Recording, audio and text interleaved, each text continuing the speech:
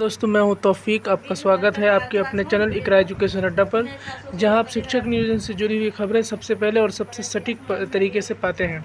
तो दोस्तों आज बहुत बड़ी खबर निकल कर आ रही है। आपने अब तक बिहार में जो 1,25,000 शिक्षक अभ्यर्थियों की जो बहाली थी, उसमें से बीजेपी के घोषणा पत्र में से आपने कभी नहीं देखा होगा कि इस बहाली के लिए बीजेपी ने कुछ कहा है। लेकिन पहली बार बिहार शिक्षक नियोजन को लेकर बीजेपी की तरफ से एक क्या कहते हैं वो बड़ा सा फ्रंट लाइन बन के आया है, और उसमें क्या क्या उसने वादे किए हैं उन सब वादों की बात इस ट्वीट के ज़रिए से या इस क्या कहते हैं प्रचार का जो ये माध्यम होता है, इनके ज़रिए से मैं आपको बताने जा रहा हूँ। जो टूल किट जिसको कहा जाता है, टूल किट के ज़रिए से। तो क्या कहा है बीजेपी के एक मंत्री हैं जिनका नाम है डॉक्टर आलोक रंजन, मंत्री बिहार सरकार हैं। उन्होंने जो टूल किट में उसमें किन चीज़ों को ख़ास तौर पे उल्लेख किया है, मैं उन सारी चीज़ों के बारे में आपसे मैं बात करूंगा।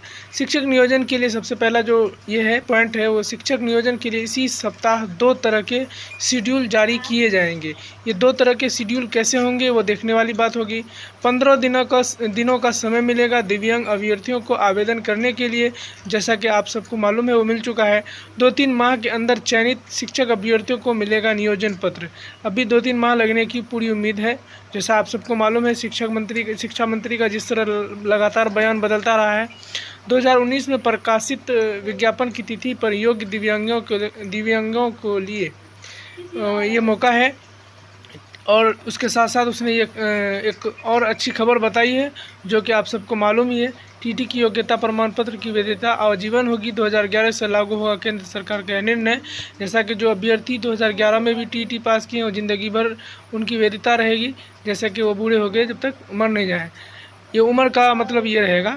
डॉक्टर आलोक रंजन बिहार सरकार के मंत्री हैं। इनकी तरफ से एक घोषणा हुआ है जो कि काफ़ी हो सकता है कि अब शिक्षक बहाली होने की कहीं ना कहीं उम्मीद नज़र आती है, क्योंकि आप सबको मालूम है कि बीजेपी ने अभी तक इस तरह के कोई घोषणा अभी तक नहीं की थी, लेकिन अभी बीजेपी की तरफ से ये घोषणा हो रही है। इसलिए उम्मीद कर सकते हैं, आप लगातार देख रहे हैं कि इससे पहले क्या कहते हैं नीतीश कुमार के ऑफिशियल वेबसाइट से भी, ऑफिशियल ट्विटर पर भी इस शिक्षक नियोजन को लेकर प्रचार प्रसार किया जा रहा है। जेडीयू के ऑफिशियल ट्विटर हैंडल से भी किया जा रहा है।